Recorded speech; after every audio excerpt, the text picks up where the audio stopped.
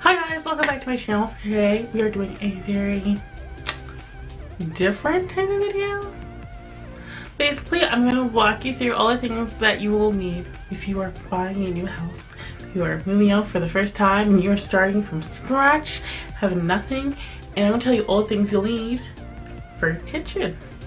Now I try to keep this to the basics, so if you want a more in-depth video where I do one where I show you what you need in your kitchen, if you want to like do a lot of different things, then let me know and I can definitely do that for you. But for today, we're just going to start with the basics. All of these things you are going to be able to use to make a variety of recipes and to basically just have the things you need to start off your kitchen with. So let's start off with the things that you're going to be eating off of.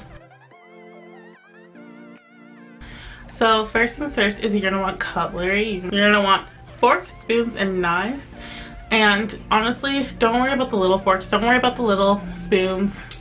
They're not necessary. To start off, all you really need are these basic cutlery. And I would suggest getting 4 pieces or 5 pieces if it's just 1 or 2 of you, because it's definitely gonna be enough. And if you need more, you can get more. And honestly, get them from the dollar store, super cheap. And they all look the same anyway, so who cares? Next thing you're gonna wanna get is bowls. So you just want like a standard medium-sized bowl, good for cereal, good for pasta. Definitely an essential thing to have. Along with that, you're gonna want dinner plates. Don't worry about the little tea plates. Everything you can do on that plate, you can do on this plate plus more. These ones are great for dinner, great for lunch. They're just great for full meals. And you definitely want to get about 2 plates per person, I would say. You're also going to want to get some glasses. I would suggest getting 2 or 3 per person. Just some basic tall glasses and also some mugs. Again, just get like 1 per person. Same with the bowls, you want about 2 per person. Next I'm going to move on to our prep bowls and things you're going to need to prepare your food in. I would always recommend getting a set of measuring cups as well as a set of measuring spoons, because if you're going to do any recipe, a lot of times you're going to ask for teaspoons or tablespoons and for measuring cups. So it's really great to just have these on hand. Another type of measuring cup you're going to want is a glass measuring cup. These ones are used for liquids, whereas the other ones I showed you are used for powders like flour, baking soda, things like that, oats. These ones are better for liquids, for like melted butter, milk. And you don't have to get this giant one. This one holds 4 cups. You can get a 2-cup one and that's more than enough. As well as you're going to want a mixing bowl as well as a stainless steel mixing bowl. It's good to have 2. A lot of recipes actually do end up calling for 2, so it's always good to have 2 on hand. I just like to have a ceramic and a metal one. Also a strainer. You're going to want this if you're going to be making rice or pasta or noodles. Always good to have at least 1 strainer. And I would recommend these ceramic sort of bowl strainers because they are usually bigger than just the metal ones and they're a lot sturdier to work with. Plus I find these ones more versatile than the metal ones, just because sometimes the metal ones are shaped like a pot and only have holes in the bottom. These ones usually have holes coming up the side, so you can use them for fruits as well. Last thing I'm going to recommend are cutting boards. I would recommend to get 1 or 2. Usually 2 is good. And preferably the plastic. The wood ones are great, but you really only want to use the wood ones for vegetables and not for meats, because that meat blood can get cut into them.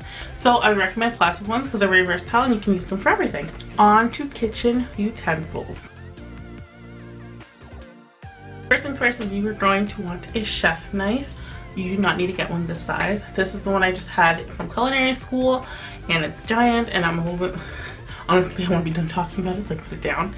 I'm not fearing it, I'm just fearing it when I'm talking. But anyways, these are great. You just want 1 like big knife because they're gonna, again, another very versatile thing. Chef knives that are this big are usually used for commercial kitchens, which is why I don't recommend this one. I'd recommend a smaller one. I just don't have a smaller one to show you. You're definitely gonna want to get a couple spoons. I would suggest getting 1 slotted spoon, 1 or 2 not slotted spoons in case you're making a variety of dishes. If you need a couple, it's great to have both. This one's great for serving rice. These ones are great for mixing sauces and other things. 1 rubber spatula is great. Spatula, I don't know if everyone says different. These are great for when you are baking. So they're great for scraping down the bowls. You can also use these in your non-stick pans because it won't damage them. You're gonna also want to have a whisk, Whisk are great for baking. They're great for sauces. Scissors are always important. There's always something in the kitchen that you're going to need to open, whether that's a bag of onions or the packaging that meat comes in. You always want to make sure you have a pair of scissors. You also are going to want to get a can opener and a vegetable peeler. You do not need to get this style of vegetable peeler. You can get the other one that is more long. But I would recommend spending a little bit more money on these, just because I find when I was using ones from the dollar store or the cheaper line ones that they tended to either not work well or the metal would bend, and you can't need that metal to stay in place because that's your blade. Next up, you're going to want to get a pair of tongs. I would recommend getting these ones that have the plastic or ceramic ends. Nothing wrong with the full metal ones. These ones are just a little more versatile because you can use them in your non-stick pan gently. Those people who love pancakes, a nice rubber spatula. Anyways, you're gonna want one of these, not just for pancakes. They're very versatile. Use these for taking things out of baking sheets when you're baking, and a whole bunch of other things that you will discover when you start to cook yourself. On to the last category, which is pots and pans and baking sheets. You're gonna want to get one baking sheet. Mine looks super rough because I've had it for a while, but basically you can use these to cook any frozen food on. You can put pizzas on there, your baked goods, a medley of stuff. It's always good to have one of these at least. For pots, I would recommend getting two. I like to have a medium-sized one. These ones are great for pasta, one pot meals, things like that, and a small one which is great for when you want to do just like individual meals, whether that's a small sauce or a packet of ramen or something. These are great. And lids, get lids for them. They usually come with lids, so you don't really have to worry too much about that.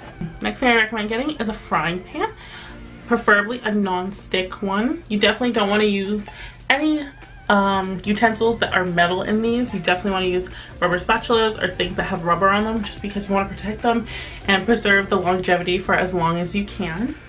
And you're going to want to get a baking dish. So this is about a 2-inch deep baking dish.